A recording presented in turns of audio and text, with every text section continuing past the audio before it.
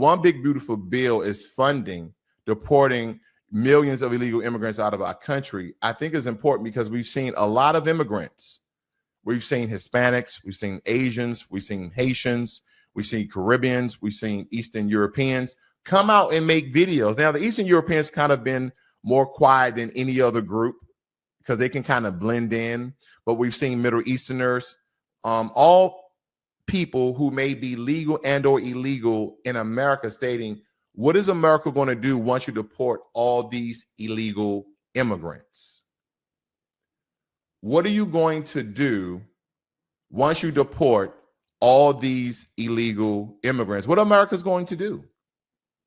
There's no way that you have enough people. There's no way you have enough skilled people in order to do this.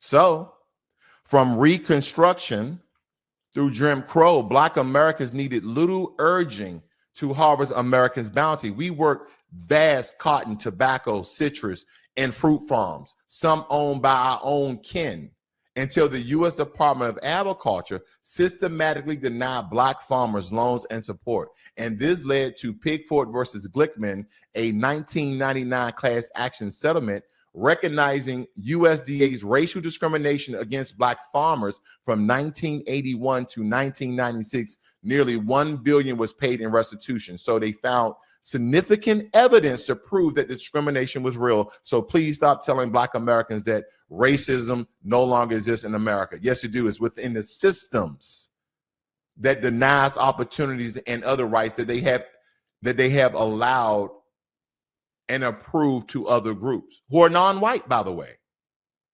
because Black labor built more than just houses. The houses that a lot of these houses that you first saw before a lot of illegal immigrants were rebuilding and conjuring up a lot of these new neighborhoods, Black Americans built those houses. We're credited with constructing monumental government buildings like the White House, the Capitol. But yet today, many dismiss our capabilities in trades like plumbing, welding, and electrical work. These are roles immigrants, both legal and illegal, often fill now, but Black Americans mastered them decades before being systematically excluded. See, between 1860 and the 1880s, an estimated 5,000 Black cowboys made up around 25% of the men on the trail for cattle drives, earning wages equal to white counterparts and even organizing their own rodeos when excluded from mainstream ones. They embodied rugged individuals, a fact whitewashed in pop culture. We were doing these things well before any other group. And matter of fact, there were Black cowboys before there were white cowboys. Why do you say that? Because most people think that, you know, cowboys are just guys who ride up cattle and have whips and lassos and ride horses. Well, they used to call Black men boys to demean and to make them feel less than, because that is the way that they looked at us, 3/5 of a person, no less. So they used to call us boy. And who do you think that were herding around the cattle? Who do you think the ones that were gathering all the sheeps and the goats and the livestock? It was Black Americans. So they call us cowboys. That was their first original. You can look this up for yourself, guys. I'm not just making these things up. But yes, we were denied fair loans. Many Black farmers turned to predatory contract for deed deals. They entrapped us. They gave us a far worse deal than any other group. In Chicago, during the 1950s through the 1960s, families were trapped paying for homes they never owned until every penny was paid, often resulting in evictions that shifted wealth to white speculators. And if you fast forward today, immigrants are blamed for being farm laborers, but make no mistake, Black laborers harvested these fields for generations before immigrants even were really prominent in America. And Black farm workers have even sued major operations alleging displacement in favor of white foreign workers and Hispanic foreign workers. Racism and greed, not necessity, pushed us out.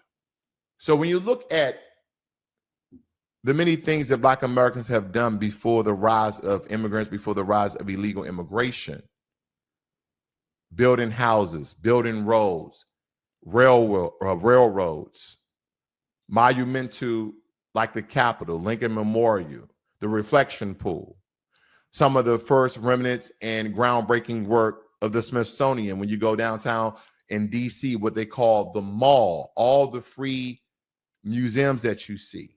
I want you guys to research who built those buildings. Not the newer buildings, but the older buildings that's been there more than 50, 60 years.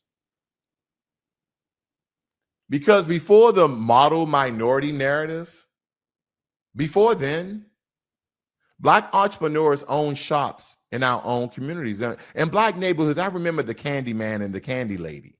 Some of them were doing it outside of their windows, and some of them actually had brick and mortar stores. But systematic redlining and lending discrimination rooted in a lot of these HOLOC maps, HOLC maps, and FHA policies from the 1930s cut off access to capital. While loans dried up in Black neighborhoods, more began following to Asian entrepreneurs, sowing divisions, as one 2024 study puts it. And out of that study, it stated that Black people own just over 2% of businesses with more than one employee, building wealth extremely challenging. It was very challenging for us to build wealth. This wasn't coincidental. It was deliberate. Disparities in SBA loan distribution between white and Black neighborhoods persist. And as I stated before, the loans in the Black neighborhood dried up while those loans were being awarded to Asian entrepreneurs and Asian businessmen and businesswomen. You don't have to take my word for it. You can take her word for it. We needed to align ourselves with whiteness and not Blackness because we didn't want to catch that smoke, essentially. So we aligned ourselves with whiteness. And so proximity to whiteness keeps us, quote unquote, safer. But in doing that, they can be like, ha, model minority. If the Asians can do it, why can't you do it? And so we created a wedge as people of color against other people of color. Yeah. It's a whole thing. Yeah. Mm-hmm. Yeah, it's a whole thing. And then like the riots in LA, the wedge theory came in crazy because professionals from Asia came, but they're not allowed to be doctors here. But they can get a loan because they're proximity to whiteness. But they can only get a loan in Black neighborhoods. Right. Where Black people couldn't get loans. Right. And so there's that automatic tension. So I just wanted to point that out to you guys very quickly because there are some agents that are willing to tell the truth, and I applaud her in her bravery for at least stating the truth, because I think that a lot of people and a lot of demographics are absent-minded about the truth, and a lot of these people already know this, but they just want to say it aloud as she did. So again, I take my hat off to her, my virtual hat off to her. And we know the power of Meher La Raza, which is an ideology among some Hispanic communities improving the race, has sometimes manifested as distancing themselves from Black Americans, using governmental fuel illegal immigration as a wedge. And now we see all these Hispanics come on X and TikTok, and they're talking about OT, was it OT Genesis, OT Mexican, OT Mexican OT, talking about stating that the N-word in places like California and Texas, they're more prominent to say the N-word because they also call themselves the N-word. And the Black people they hang around, they call them the N-word, and the Black people call them the N-word. And so it's not about racism. It's about a word they just adopted as a word of endearment, so to speak. But a lot of people are crying foul on that they should have never had that right, or those Blacks in those neighborhoods should never allow that to happen without at least checking them, not physically, but at least verbally. But I digress. But it adds layers to racism, does it not? Because Black Americans pushed aside by both institutional white interests and at times opportunistic stratification within immigrant communities.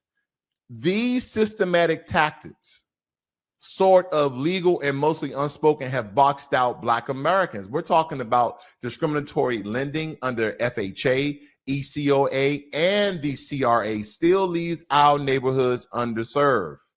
Once thriving Black-owned neighborhoods, which we had many of Black Wall Streets, just Google it, you'll find it. Because when we tell these things to other groups, they're like, really? Yes, just look up the other Black Wall Streets and you'll get those news stories of many metropolis that Black Americans were building right here in America before they got destroyed by systematic white supremacy, no less. But yes, our Black-owned neighborhoods have been drained out of businesses and jobs and capital. Our labor built this country. Now we're erased from its narrative. So let this be heard. Yes, immigrants may hold jobs in farming, construction, retail, but foundational Black Americans pioneered them all. Our hands planted the seeds, hammered the beams, ran the service, and built the nation's infrastructure. But because of enriched racism, corporate greed, and exploitative policies targeting Black labor and capital, our legacy is being erased. Our contributions overshadow because now everybody is stating that they built America. Hispanics and illegal immigrants are stating that they built America. And again, illegal immigrants encompasses all those people who are illegal in America. And I'm not referencing and concentrating on Hispanics because there's other groups like Asians and Caribbeans and Africans. They're all have a conclave of people in America that are illegal. So again, but they're claiming that they built America. The Asians are saying they built America because of the railroad, but Black Americans built the railroad from the Eastern Seaboard, from I believe it was from New York City down to South Carolina, and I may be off a state or two, but we built the first railroads in America. All these different groups, the Irish say that they built America, and that Black people was just helping. Now, before all of these other immigrant groups were here, we were already building and built the foundation of America. Our legacy is being erased. Our contributions have been erased. Our communities have always rebuilt and then again fractured by the system. And the system operates in many different ways, guys. It's just not police brutality and discrimination and racism. It's through the state and federal laws and legislation that denies opportunity and capital from free flowing into Black neighborhoods to motivate and inspire as they did other groups.